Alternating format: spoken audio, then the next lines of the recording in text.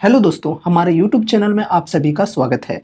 आज की इस वीडियो में हम डी मार्ट यानी कि अवेन्यू सुपर मार्ट्स के ऊपर एक बैड न्यूज के बारे में डिस्कशन करने वाले हैं, जो कि 19 अप्रैल को आई है। ठीक है, अब यार ये जो बैड न्यूज है, ये कितनी बड़ी बैड न्यूज है वो हम लोग डिस्कस करेंगे।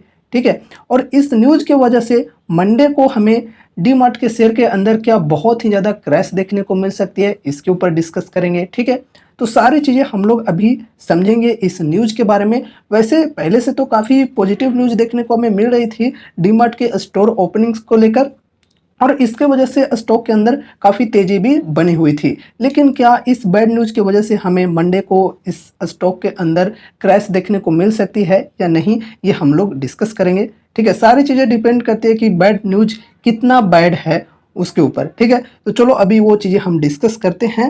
एंड हाँ, अभी जो भी चीज़ें हम यहाँ पर डिस्कस करेंगे वो प्योरली एजुकेशनल पर्पस से होंगी, तो कोई भी रिकमेंडेशन या फिर एडवाइज मत समझना। ठीक है, तो यहाँ पर कोई भी इन्वेस्टमेंट के रिगार्डिंग डिसीजंस लेने से पहले आपको खुद से रिसर्च एंड स्टडी करनी है इस स्टॉक के ऊपर, या फिर आपको अपने फाइनेंशियल एडवाइजर से भी कंसल्ट जरूर से करनी है। ठीक है, तो चलो वीडियो को हम शुरू करते हैं और जान लेते हैं कि ऐसी वो कौन सी न्यूज़ है।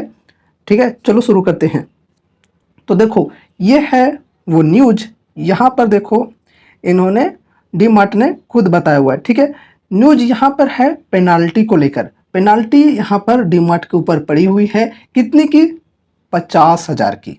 ठीक है, 50,000 करोड़ नहीं, ओनली 50,000 रुपीज़ की, 50,000 रुपीज़ की। अब यार ये अमाउंट देखो काफ़ी कम है, हमारे हिसाब से तो नहीं, हम लोगों के हिसाब से नहीं, यहाँ पर कंपनी के हिसाब से देखा जाए तो 50,000 है सिर्फ, इसकी पेनाल्टी पड़ी है।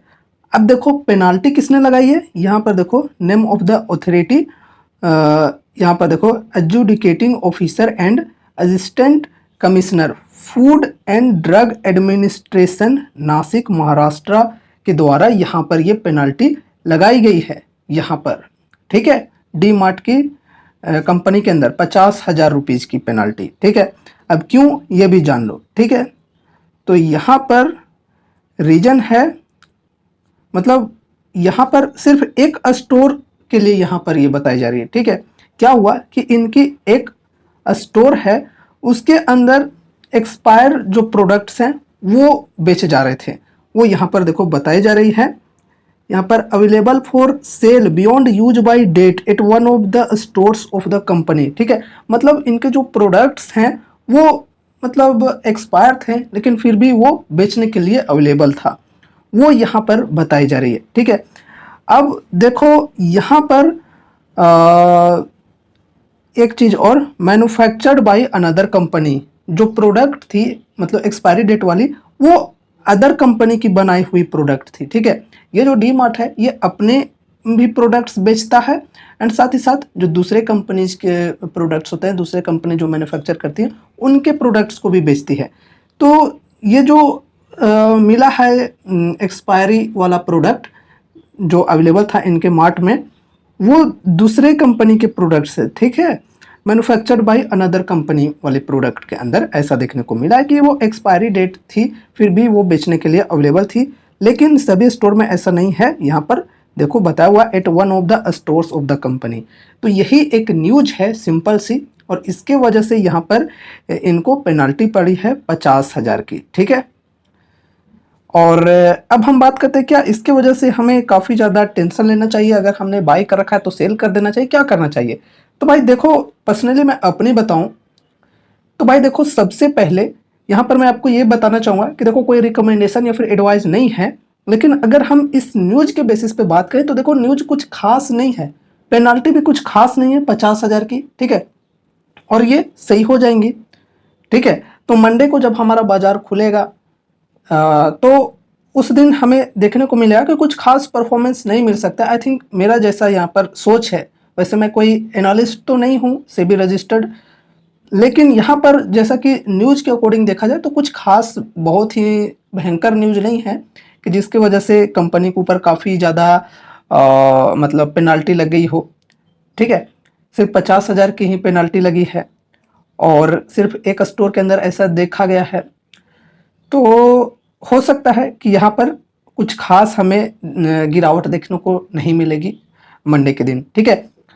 तो यही एक सिंपल सी न्यूज है। बाकी कंपनी की बात करें तो एक लार्ज कैप कंपनी है, 3 लाख करोड़ की मार्केट कैप है, ठीक है। कंपनी का मैनेजमेंट भी बढ़िया है। एंड स्टॉक की पी की बात करें तो 126 की पी है। आरओसी बढ़िया है 20.1 का, आरओई 16% का है, इंडस्ट्री पी 60 का है, स्टॉक का पी देख सकते हो 126 का है। तो यहाँ पर देख सकते हो थोड़ा सा बढ़ा हुआ है पी और महंगा है। डेप्ट टू इक्विटी की बात करें तो 0.04 है, जो कि कुछ खास नहीं है। डेप्ट 630 crore, free cash flow 424 crore का है। Current price 4696, book value 268।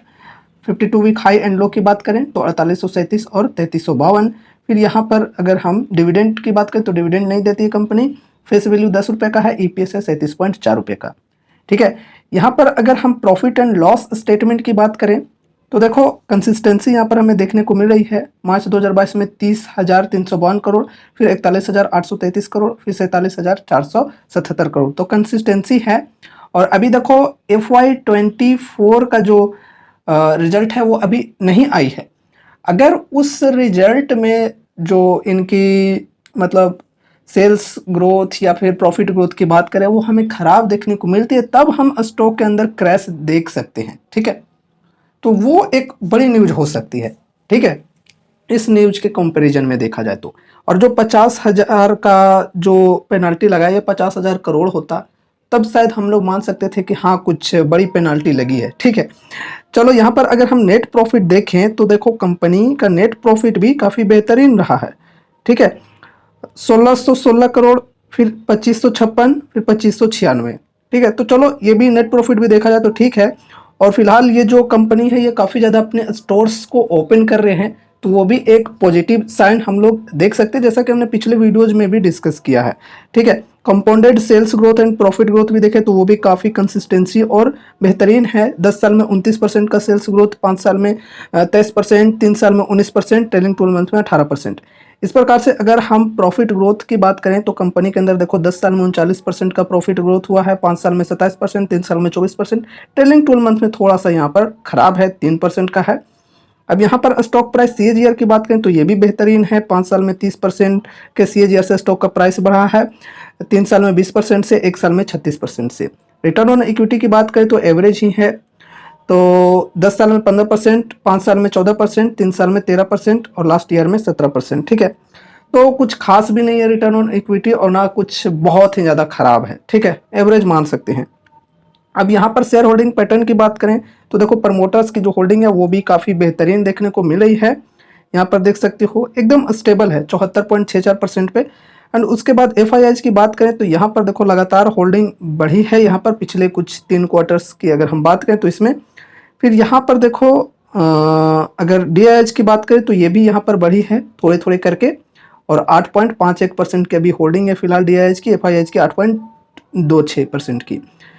फिर यहाँ पर गवर्नमेंट की बात करें तो यहाँ पर भी देख सकते हो होल्डिंग है 0.04% से 0.06%, और अभी भी स्टेबल है 0.06% पर। यहाँ पर देखो बेचा है कौन, पब्लिक ने 9.41% से 8.87 हो गया, एंड उसके बाद यहाँ पर 8.5% हो गया। तो चलो अच्छी बात मानी जाती है अगर पब्लिक बेच रही है और FIIs DIIs लगातार खरीद रहे हैं, होल्डिंग बढ़ा रहे हैं, तो ठीक है। तो होल्डिंग के हिसाब से देखा जाए तो ठीक है। उसके बाद यहाँ पर अगर हम चार्ट के अंदर देखें तो देखो चार्ट में यहाँ पर एक जो रेजिस्टेंस बनी हुई थी 4600 के लेवल पर, वो अब सपोर्ट बन चुकी है यहाँ पर, ठीक है। अगर यहाँ पर ब्रेकडाउन मिल जाता है, प्रॉफिट बुकिंग हो जाता है, तो यहाँ से गिरकर इस लेवल पर आ सकती है, ठीक है। यहाँ पर ये एक ट्रेंड लाइन बनाकर गया है पास्ट में, यहाँ पर देख सकते हो इधर इधर इधर इधर ट्रेंड लाइन को रिस्पेक्ट देकर गया है। तो देखो यहाँ पर ये जो सपोर्ट है अगर इसे ब्रेकडाउन दे देता है, अगर मान लो ये जो न्यूज आई पेनल्टी वाली, अगर इस न्यूज की वजह से ब्रेकडाउन देती तो यहाँ पर ये एक स्ट्रॉन्ग सपोर्ट बन जाता, ठीक है। और यहाँ पर अगर हम अपसाइड की बात करें, चलो मान लो जैसे Q4 की जो अर्निंग है वो आ जाती है इनकी और काफ़ी पॉजिटिव आ जाती है, एक्सपेक्टेशंस को बीट करते हुए आ जाती है, तो फिर यहाँ से हम तेज़ी देख सकते हैं यहाँ तक की, जो कि रेजिस्टेंस है यहाँ पर 5896 का, यहाँ पर इनका ऑल टाइम हाई का है लेवल। लेकिन यहाँ पर ऊपर तभी जा सकेगी जब इसको ब्रेकआउट देकर सस्टेन करती है, तो ठीक है। इसको ब्रेकआउट जब तक नहीं देगा तब तक हम लोग बिग मूव्स नहीं देख पाएंगे इसके शेयर के अंदर, ठीक है। तो अगर यहाँ पर काफ़ी बढ़िया इनके अर्निंग्स अपडेट आते हैं या फिर कुछ और भी इनके कंपनी से रिलेटेड पॉजिटिव न्यूज़ आती है तो फिर यहाँ पर हम वो बड़े मूव्स भी देख पाएंगे, ठीक है। तो यही न्यूज़ है और देखते हैं मंडे के दिन इस न्यूज़ की वजह से कैसा इम्पैक्ट पड़ता है इसके शेयर के अंदर, कैसी डिमांड एंड सप्लाई चलती है। कुछ खास तो ख़राब न्यूज़ नहीं है, बस एक्सपायरी प्रोडक्ट्स को लेकर एक न्यूज़ है, वो जल्द ही वो लोग सुधार लेंगे।